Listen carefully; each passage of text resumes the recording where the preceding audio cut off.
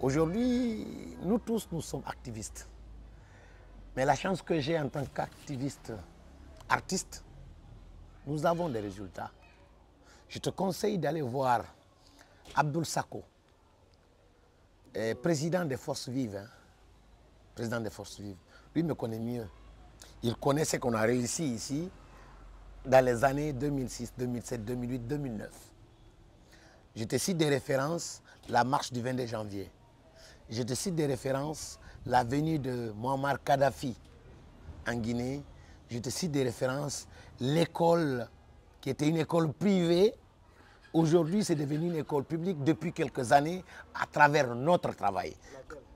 L'actuel collège de Emmaüs à Petit Simbaya, à côté de l'hôpital Flamboyant, c'était une école privée. C'est nous qui avions récupéré l'école là, on a mis à la disposition de notre quartier. Parce qu'en ce temps, le quartier s'appelait Simbayagar. C'était le plus grand quartier de la plus grande commune de Guinée, qu'on appelle Ratoma, de Conakry plutôt, Ratoma. Et aujourd'hui, qui a été scindé en 5 quartiers, dont Bantunka, où nous sommes, qui est devenu un quartier.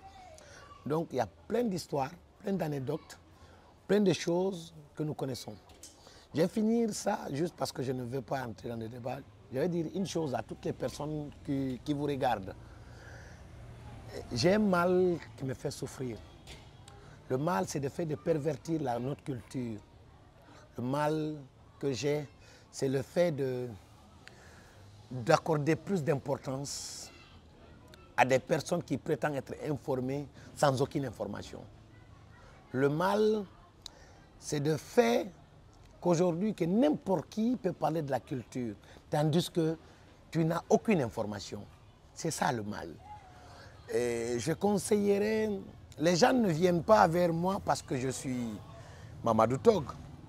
Vous venez vers moi sûrement, c'est parce que vous savez que peut-être, d'abord légalement, je suis la personne à qui on doit poser la question sur la culture, légalement. Parce qu'aujourd'hui, je suis le représentant de la culture. Qu'on le veuille ou pas, quelqu'un peut se fâcher par jalousie ou par X. Mais aujourd'hui, légalement, je suis la personne qui doit être questionnée, qui doit prendre la parole sur un sujet culturel, sur un sujet de la République. Aujourd'hui, j'incarne ça.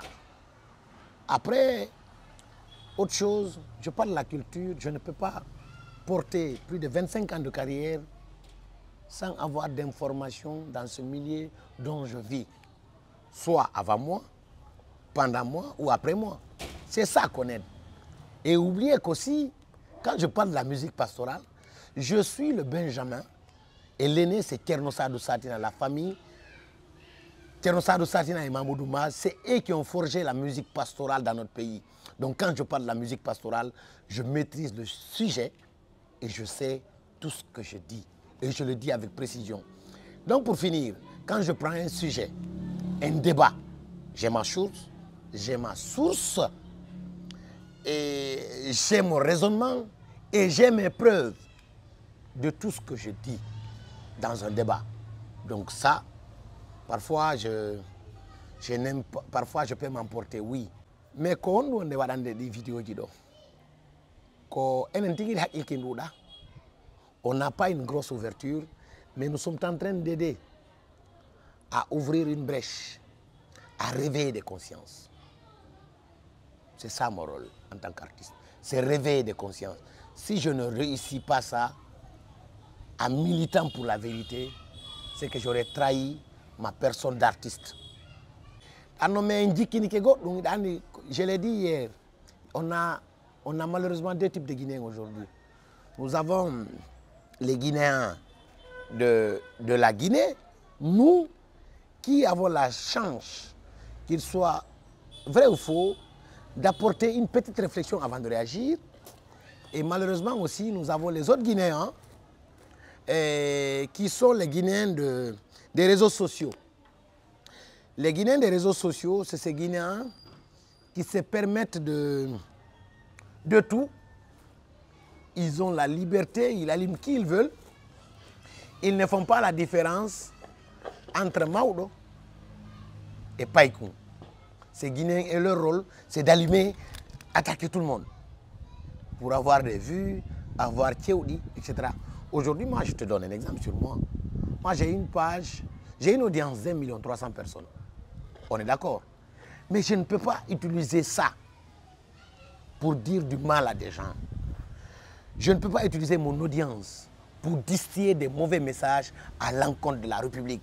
Je ne peux pas non plus utiliser mon audience pour des fins de moins. Parce qu'aujourd'hui, toutes mes pages, mes comptes ne sont pas monétisés. Mais je trouve du plaisir de m'exprimer avec intelligence. Parfois, j'adore écrire mes idées. Parce que je déteste quand tu fais une vidéo et que quelqu'un le découpe, il aille dire du n'importe quoi sur toi. C'est pourquoi, parfois, j'évite même de parler ces derniers temps. J'aime écrire, tu comprends. J'écris avec des fautes, avec des erreurs, je m'en fous. Mais l'importance que je puisse transmettre mes idées, c'est le plus important.